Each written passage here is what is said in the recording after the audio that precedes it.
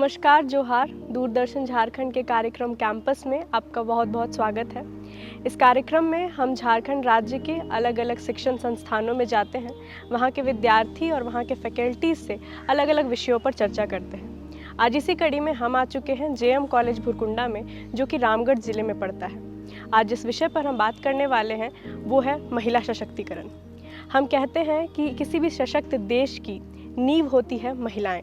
अगर हम एक सशक्त समाज और सशक्त देश चाहते हैं तो उसके लिए महिला सशक्तिकरण होना बहुत ही ज़रूरी है। और हमारा जो देश है इसे हम यूथ नेशन कहते हैं, तो विद्यार्थियों की, यंगस्टर्स की क्या विचारधारा है इसको लेकर के ये जानना बहुत ज़रूरी है। तो चलिए हमारे साथ और चलते हैं और बात करते हैं इस कॉलेज के विद्यार्थियों से और फैकल्टीज से इस विषय पर।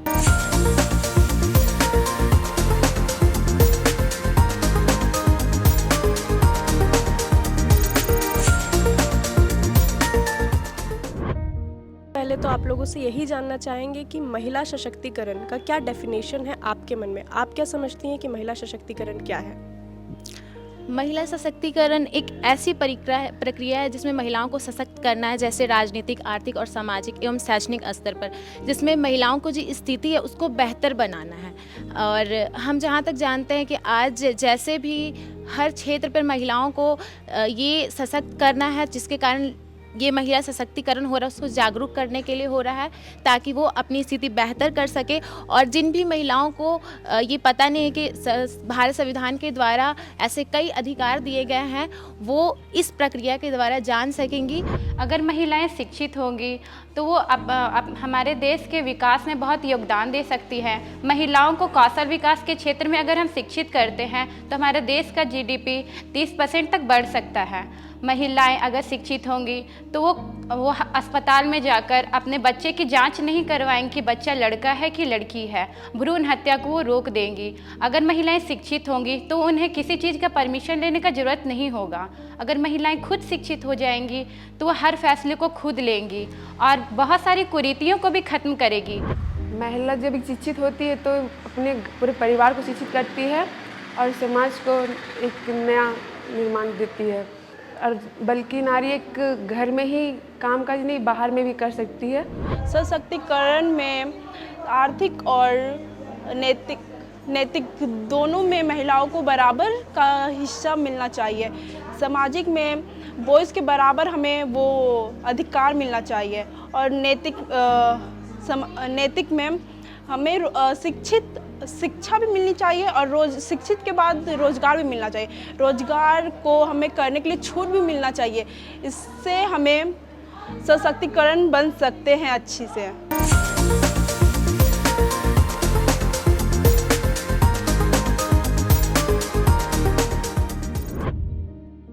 महिला सशक्तिकरण में शिक्षा का कितना महत्व है? महिला सशक्तिकरण में शिक्षा का महत्व बहुत अधिक है। हमारे देश में महिला का शिक्षा भी बहुत कम है। जो हमारे स्किल शिक्षा होना चाहिए महिलाओं के बारे में, उससे महिला जागरूकता होगी। वो अपने घर और समाज में वो अपना संभाल सकेंगे, घर समाज को, और वो अपना आगे के भविष्य में अपना निर्भर कर सकेंगे कि क्या कार्य करवाना है और क्या अपने बच्चों को देख रेख करना है। महिला सशक्तिकरण में शिक्षा का महत्वपूर्ण बहुत ज़्यादा ही है।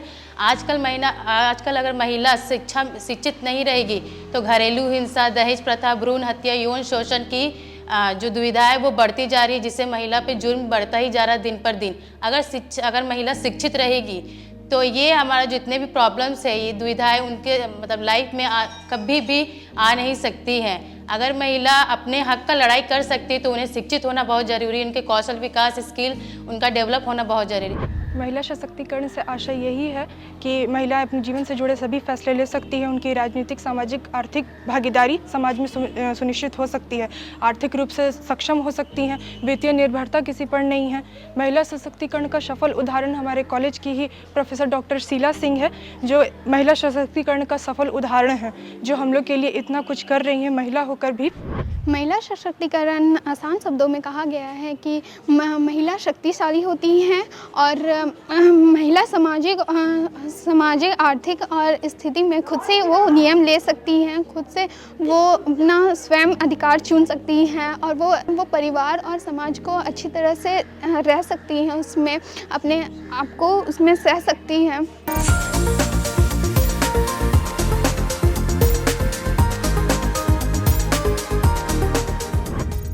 महिला सशक्तिकरण क्या है ये समझने के बाद अगर महिला सशक्तिकरण कैसे हो सकता है, आपके नज़रिए से जानना चाहेंगे कि क्या कुछ पॉइंटर्स है कि ये सारे काम अगर हो जाएं तो महिलाएं सशक्त हो जाएंगी हमारे देश की। महिला सशक्तिकरण शिक्षा पर है।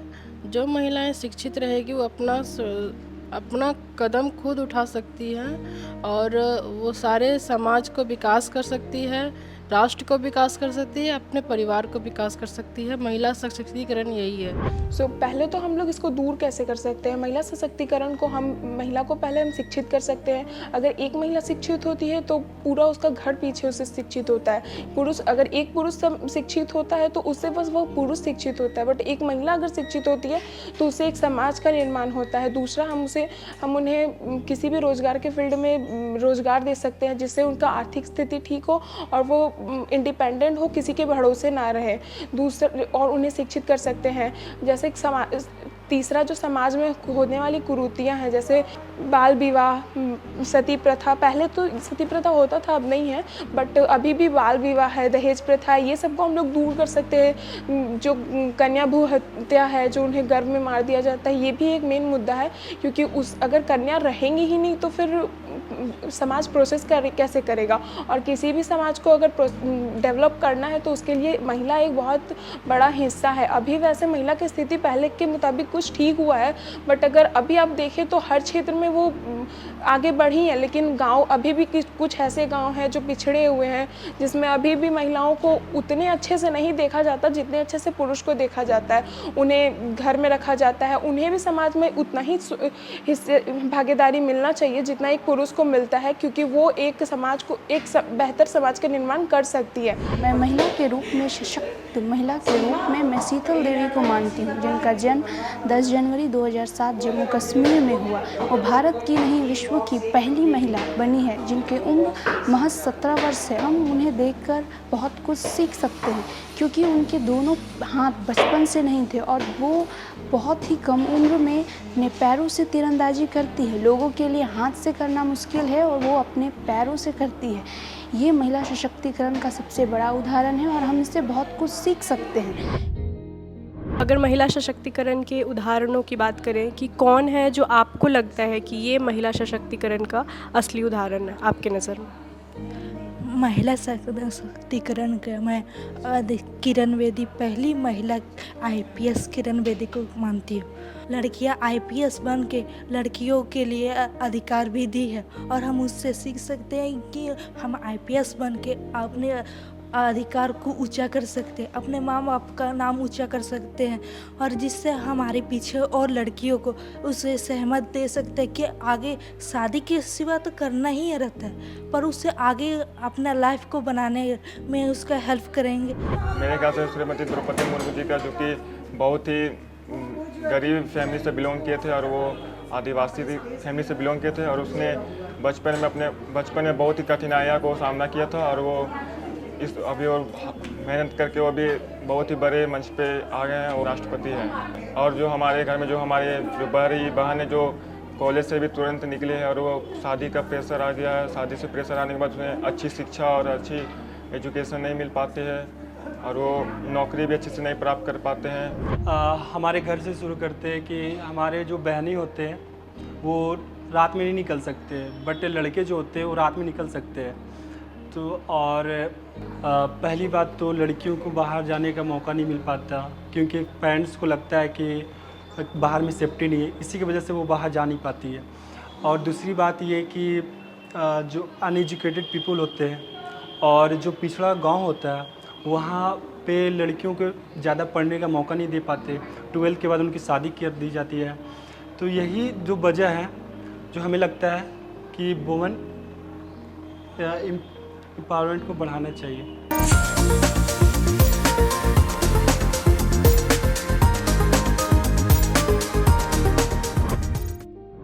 महिला सशक्तिकरण का एक जो सबसे बड़ा बाधा है वो है जेंडर डिस्क्रिमिनेशन, यानी कि औरतों और मर्दों में जो भेदभाव है। आप एक महिला होकर के आपने क्या कुछ जो महिला और पुरुष में भेदभाव होता है कभी महसूस किया हो?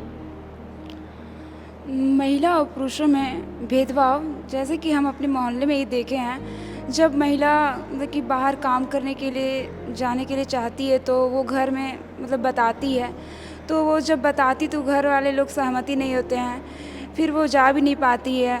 और जब स्त्रियाँ जब पढ़ाई के लिए भी घर से बाहर निकलना चाहती है तो उसे निकला नहीं दिया जाता, और घर वाले और मम्मी पापा भी सहमति नहीं होते हैं। मैंने लड़कों और लड़कियों के भेदभाव में ये देखा है कि लड़कियों की जल्दी शादी करा दी जाती है। जब वो पढ़ना चाहती है अपने घर में तो उसे ये बोला जाता है कि तुम अपने ससुराल में ही जाके पढ़ाई करना, बट जब वो उसका शादी हो जाता है तो वहाँ वो पढ़ना चाहती है तो उसे पढ़ने नहीं दिया जाता, और घर में भी उसे नहीं पढ़ाया जाता, और वो ससुराल में जॉब भी करना चाहती है या आगे पढ़ना भी चाहती है तो उसे नहीं पढ़ाया जाता। और जब वो अपने घर में रहती है तो उसे अगर पढ़ना होता तो वो दूर जाना चाहती है या बाहर कहीं पढ़ने जाना चाहती है तो उसे दूर नहीं जाने दिया जाता है। गर्ल्स और बॉयज़ में बहुत सारे डिफरेंस देखे जाते हैं। गर्ल्स को कम शिक्षा पढ़ने के लिए कम पैसा खर्च किया जाता है और बॉयज़ के लिए अधिक किया जाता है, और गर्ल्स को बाहर जाने के लिए नहीं दिया जाता पढ़ाई करने के लिए, क्योंकि उसके साथ कुछ भी हो सकता है ये सोच के पेरेंट्स उसे जाने नहीं देते और बॉयज़ को कहीं भी दूर भेज देते हैं। और गर्ल्स को कि शादी के बाद अगर वो पढ़ना चाहे, नौकरी करना चाहे तो उन्हें नहीं करने दिया जाता, और बॉयज़ को यही चीज़ रहता है कि वो कर सकते हैं। और गर्ल्स के लिए बहुत चीज़ें रोका जाता है, हर चीज़ के लिए पेरेंट्स भी अलाउ नहीं करते कि आप कहीं जाओ कुछ जॉब करो, ये सब के लिए गर्ल्स को अलाउ नहीं किया जाता। कॉलेज में हमने विद्यार्थियों से बात की, महिला सशक्तिकरण को वो कैसे समझते हैं, क्या कुछ किया जा सकता है महिलाओं को सशक्त करने के लिए हमारे देश में। इन सब पर चर्चा होने के बाद अब चलिए चलते हैं और फैकल्टी से बात करते हैं कि इस विषय पर उनकी क्या विचारधारा है।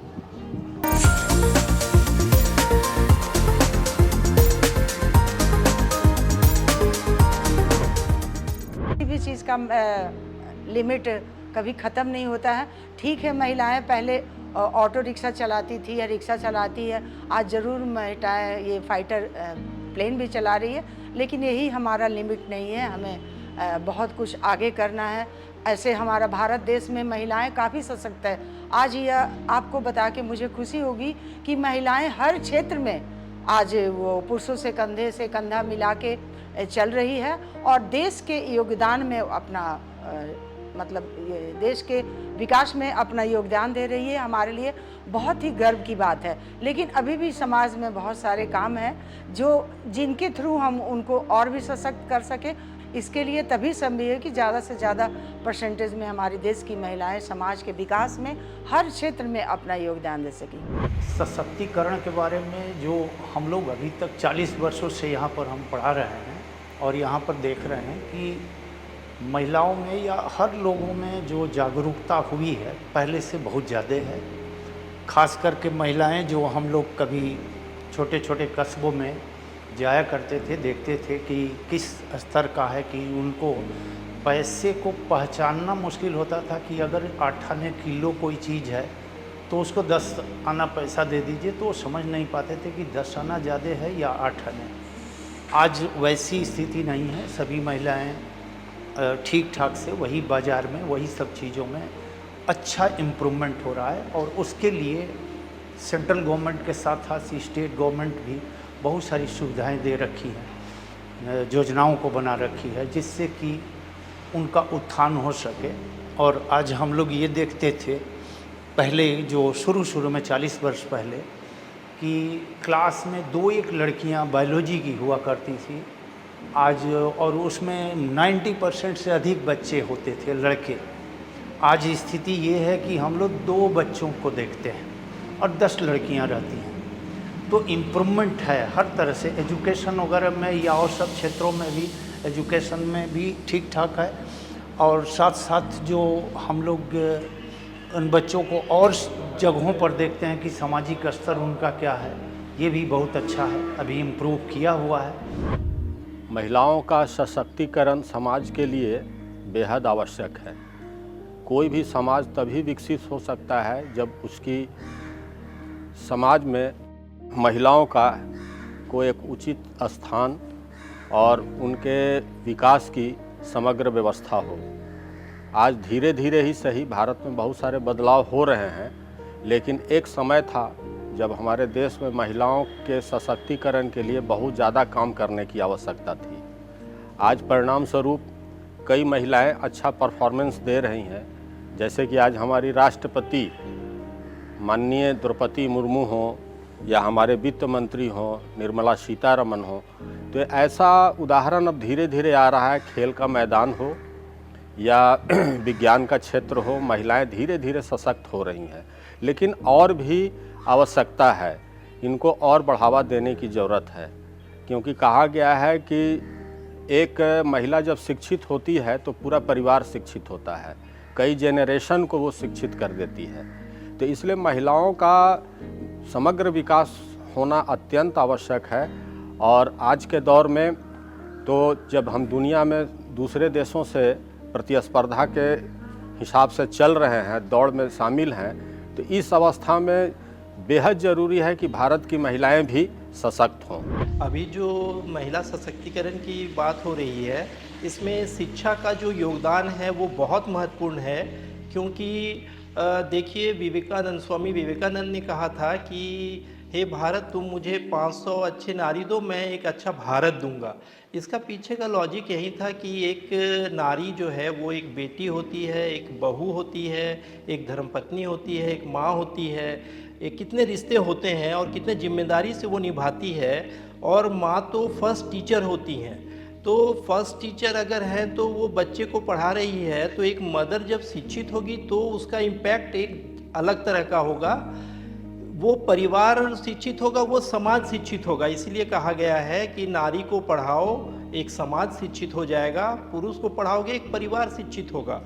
और देखिए, हमारे झारखंड के परिप्रेक्ष्य में बात करें तो यहाँ ट्राइबल वुमेन को अगर हम देखें तो वो वर्क फोर्स में बहुत एक्टिव हैं, लेकिन उनका एजुकेशनल स्तर को उतना नहीं बढ़ाया गया है। इस पर काम हो रहा है और उम्मीद करते हैं कि ट्राइबल वुमेन भी अगर एजुकेटेड हो जाए, स्किल्ड हो जाए, तो हमारे झारखंड का जो विकास है वो और प्रगति करेगा। यहाँ एजुकेशन पे भी आ जाता है। अगर पढ़ी रहेगी तो लड़की तो हर एक कुछ जानेगी, नहीं पढ़ी रहेगी तो उसे तो कुछ पता नहीं चलेगा। कोई भी पेपर दे दिया जाता, पहले के टाइम में लड़कियां पढ़ती ही नहीं थी, तो उसे कुछ भी दे दिया जाता था तो उसे यहाँ तक कि मोहर मारना ही सिर्फ आता था। लेडीज़ अगर पढ़ती है तो उसमें पूरा गांव घर सब कुछ पढ़ लेता है, ये बात सबको पता है। लेकिन अगर जेंट्स एक पढ़ता है तो वो सिर्फ वही पढ़ा हुआ है। बेटा को पढ़ाया तो बेटा ही पढ़ रहा है, लेकिन बेटी पढ़ रही है तो पूरा गांव पढ़ ले रहा है, पूरा घर पढ़ ले रहा है। कितनी बड़ी बात है ये, एक बेटी के पढ़ने से पूरा घर पढ़ ले रहा है। वुमेन एम्पावरमेंट में इतनी एजुकेशन हो रही है, इतनी चीज़ें, हर जगह सेमिनार होना चाहिए। जिस तरह आप लोग ये मुहिम चला रहे, कितना अच्छा कर रहे काम। हर किसी को पता चलना चाहिए, हर किसी को ये बात जानना चाहिए। बहुत को बोलते नहीं, लेडीज़ है, औरत है, ये सब नहीं होने वाला है। लड़कियां बस शिक्षक बनेगी, डॉक्टर बनेगी, इससे नहीं। आजकल तो लड़कियां लोको पायलट, ट्रेन चला रही है खुद ही, हवाई जहाज भी चला रही है, सब कुछ कर रही है। ये क्या है? वुमेन एम्पावरमेंट ही है। वुमेन एम्पावरमेंट में जिसमें लड़कियों को हर एक चीज़ करने के लिए बताया जाता है। आप हर एक चीज़ ना कुछ कह ही नहीं सकते, ना कुछ कर ही नहीं सकते, हर कुछ करना पड़ता है।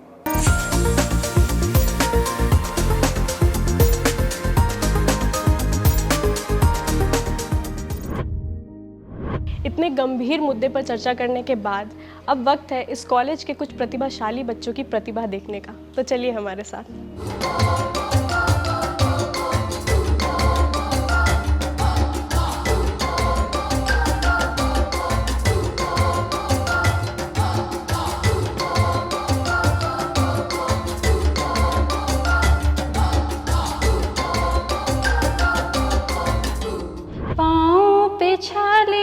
सांसें बुलंद लड़ने चली हूँ आज़ादी के जंग।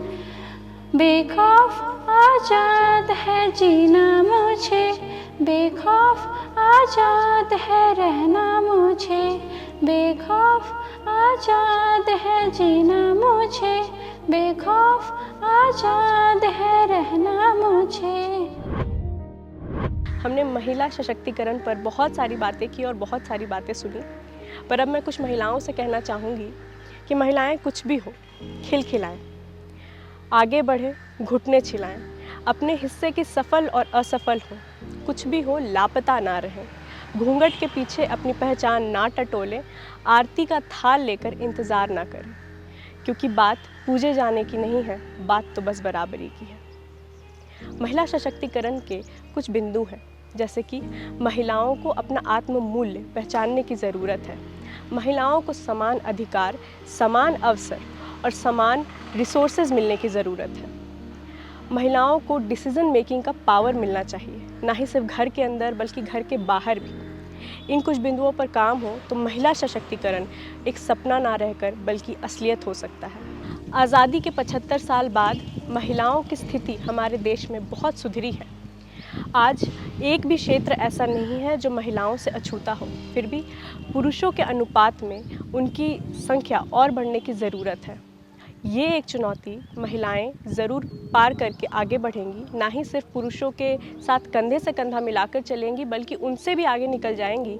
इस आशा के साथ मुझे और मेरी टीम को दीजिए इजाज़त। हम मिलेंगे आपको कैंपस के अगले अंक में किसी और शिक्षण संस्थान में किसी अन्य विषय पर बात करते हुए। आज के लिए बस इतना ही। जोहार।